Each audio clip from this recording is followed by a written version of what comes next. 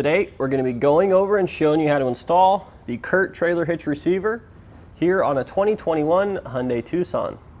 Adding a trailer hitch to your Tucson is going to be an excellent option because it's going to make your vehicle that much more versatile.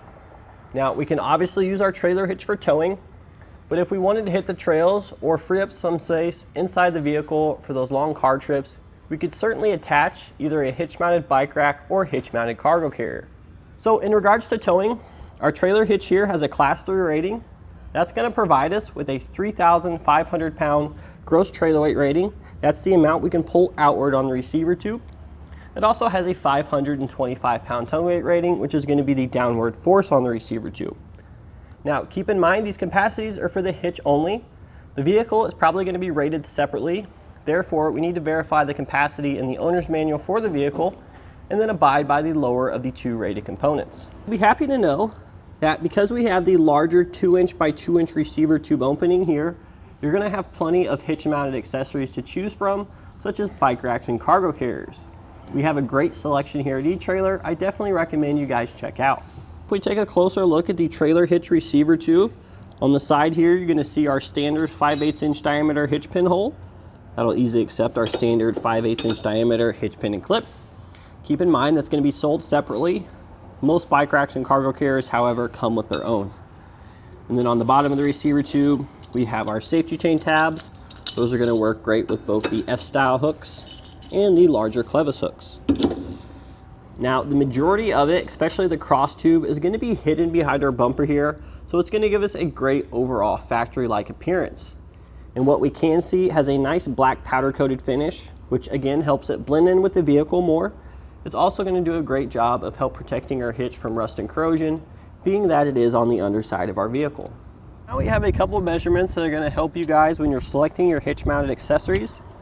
The first one I like to do is from the ground to the top inside edge of the receiver tube opening. That's going to be 13.5 inches. And that'll be useful when you're selecting your ball mount. That way you can make sure you can get the correct rise and drop to tow your trailer level. And then finally, we have the distance from the center of the hitch pin hole to the outside edge of the bumper. That one's going to be right at 5 inches. And that'll be useful when you're selecting your folding accessories, so you can make sure that while they're in the stowed position, that they don't contact the vehicle. In regards to installation, this one is very simple. Definitely something I encourage you guys to try at home by yourselves. You really only need minimal tools to be able to do this. We can go ahead and walk you through the entire process step by step now. We're going to be removing these little panels behind our rear wheels here attached to the bumper fascia. Now we have one on each side, but they're super easy to remove. There's going to be 3 total fasteners, one here, and then one on the inside as well, attaching the fender liner there to this panel. And then we have a couple nuts up top there we just pull down from. We don't actually have to loosen those. But in order to get these fasteners out, you can either take a flathead screwdriver or an actual trim panel tool. We're just going to get our tool head in between that little divot there to pry the center section out, and then the rest of it should come out with it. Once we get all 3 of our fasteners out, we should just be able to pull straight down. And those are what those fasteners look like that are holding it in up top. We just simply pry it out. You may have one that's stuck on the stud there. That one didn't come out with it. We'll just pry that off and reinstall it. And now we'll have that same panel over on the other side here. We'll remove it using the same steps. Our next step here is going to be optional. It is not required to install your trailer hitch. However, we're going to be doing this because it is going to make things a little bit easier on us to show you guys. And what I mean by this is we're going to be lowering the exhaust just slightly. So in order to do that, we're going to take a cam buckle strap. If you're working on the ground and you do decide to do this, you could simply take a jack stand or a couple blocks of wood. We just need to support the exhaust when we break these hangers free so it doesn't fall to the ground and become damaged. So I'm just going to find 2 points on our frame there. Then I'm going to tighten this strap to provide some support.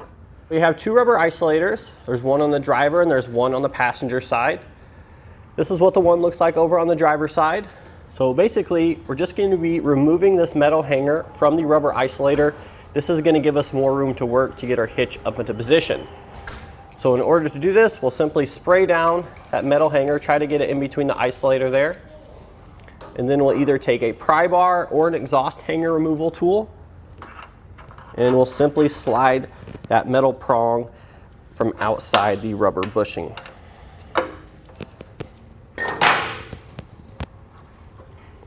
And again, we have one on each side. Now with an extra set of hands, we can set our hitch into position. You're going to want to come up and over the exhaust on the passenger side first. And then we're going to be using our hardware here. So we have a conical tooth washer. We need to make sure the teeth are facing up towards the hitch. And now we'll just simply insert all of our hardware.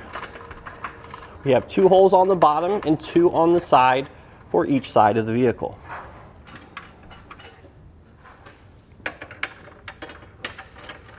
Now with all of our fasteners in place, we'll take a 17mm socket. We'll go ahead and tighten down all our hardware, starting with the bottom bolts here.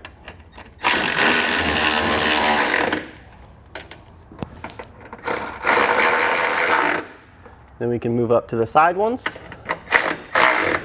And once we get those tightened, we'll repeat this same process on the other side, and then we'll torque everything to the specifications found in our instructions.